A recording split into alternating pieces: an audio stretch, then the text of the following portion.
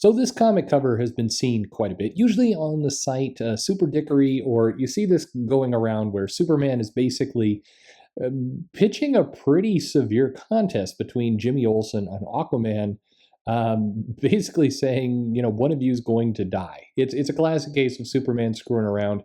But how could this be? When what's going on here? We're going to look at this comic, and this is really the start of a series of crazy Superman moments.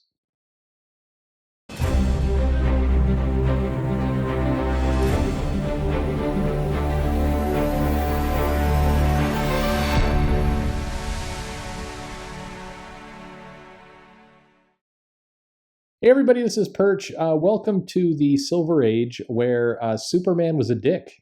Basically, there was a quality of these comics where Superman would do pretty crazy, kind of pranky type things. This comic was in the 50s, I think probably about late 50s, and this was Superman's pal Jimmy Olsen. And basically, the cover promises a sequence where Superman is going to pit Aquaman against Jimmy Olsen. Now, it's worth noting at this point that a lot of comics during this period had covers that were inaccurate. The covers were deceptive, and that was somewhat intentional. I mean, it was all kind of a gimmick of people going, what could this possibly be? And then they check out the comic, and usually the story was a little bit different. But in this case, the cover is indicative of what you're about to find. So as we get into this comic, another kind of standard thing, we are immediately treated to a page where Jimmy Olsen appears to be the new king of the sea, and Superman's congratulating him, but there is tragedy as well, because Aquaman is dead and being carried by some fish and some seals here, and Jimmy is pondering. He may have Aquaman's powers, but can he fill his shoes? So how in the world could we possibly come to this with Jimmy Olsen? So we flash back a bit to Jimmy Olsen, who is, for some reason, covering the maiden voyage of a new atomic submarine. And he's there with his camera in a little inflatable raft for some reason.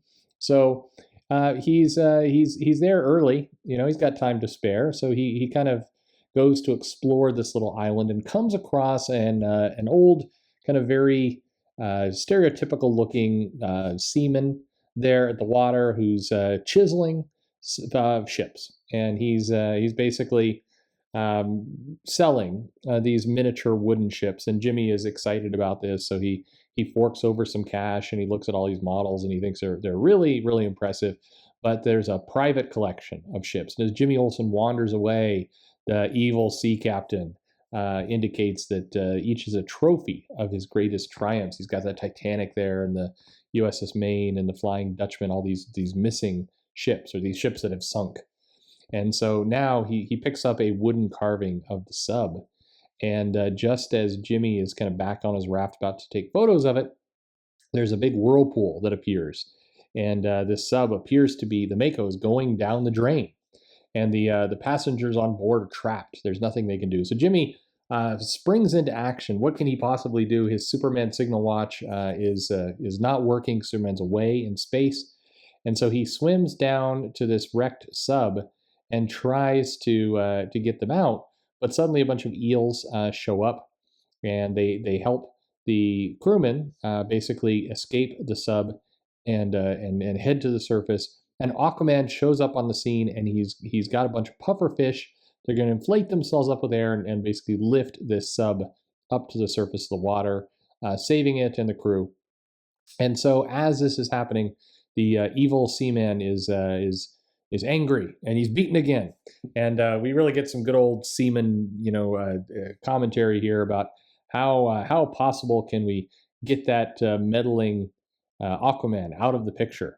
And a great way to do it would be to use Jimmy Olsen. So he summons this whale, this Leviathan monster whale.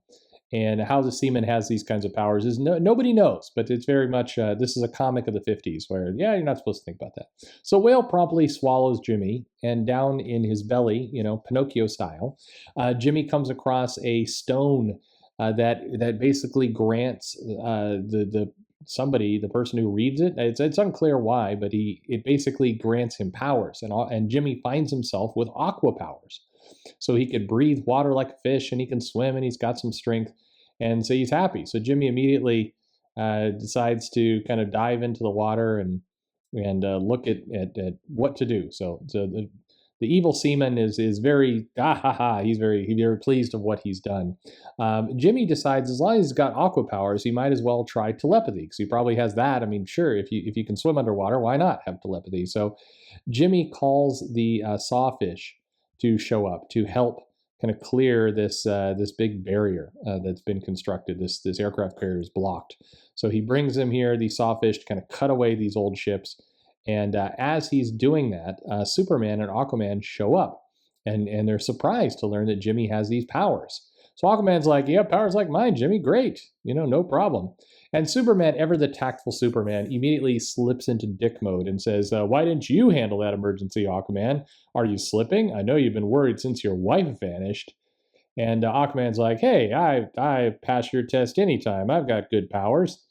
And Superman's like, "Okay, let's do that. Climb into this skiff." And immediately Superman has a plan, basically lined up where he hauls around Jimmy and Aquaman for a long time in this boat and takes them to this barren desert island. And he has them kind of climb onto the sand dunes. And then Superman reveals his trick. Their aqua powers only permit them to live out of water for 1 hour, and they've been out of it already for 55 minutes. And rather than try and kill Superman at this point, Jimmy and Aquaman are like, "Oh, holy mackerel, that explains why you wanted to keep us out of the ocean. Ah, you clever guy."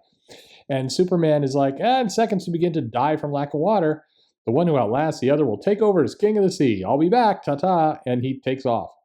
And Jimmy and Aquaman proceed to immediately, die in the sand. And Superman shows up with this pitcher of water and kind of taunts them with it. "Come and get it." And why Superman is doing this is anyone's guess. But anyway, some water is, for some reason, running down Superman's boots and into his footprints. How the water got from the jug to down Superman's pants is a question best left unanswered. But Jimmy, realizing this, decides to go over there and lick the water from the sand where Superman was stepping, reviving him just long enough to outlast Aquaman. And he gets a splash of water, but too late for Aquaman. He's dead. So Superman immediately gives him a little funeral in the ocean and announces that Jimmy is the new Aqua King of the sea.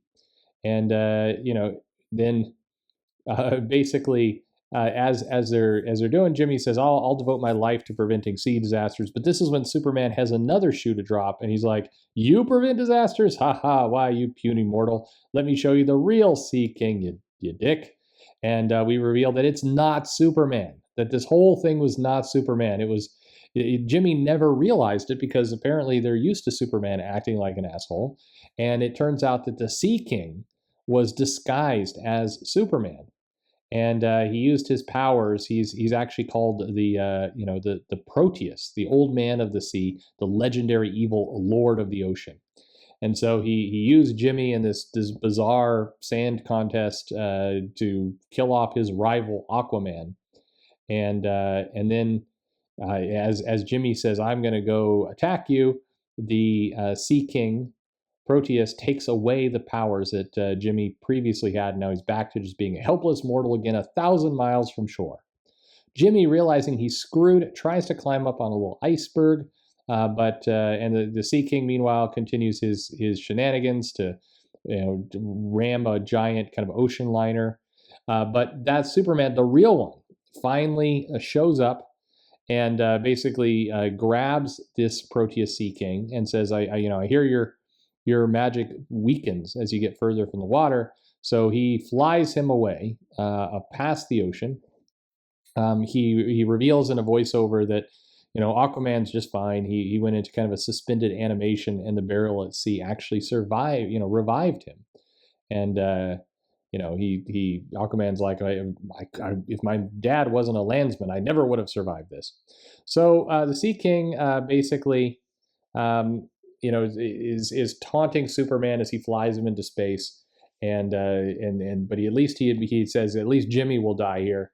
But Superman mentions that Jimmy was saved by a relic from the Titanic that happened to float by at that point. Aquaman shows up and helps to save him.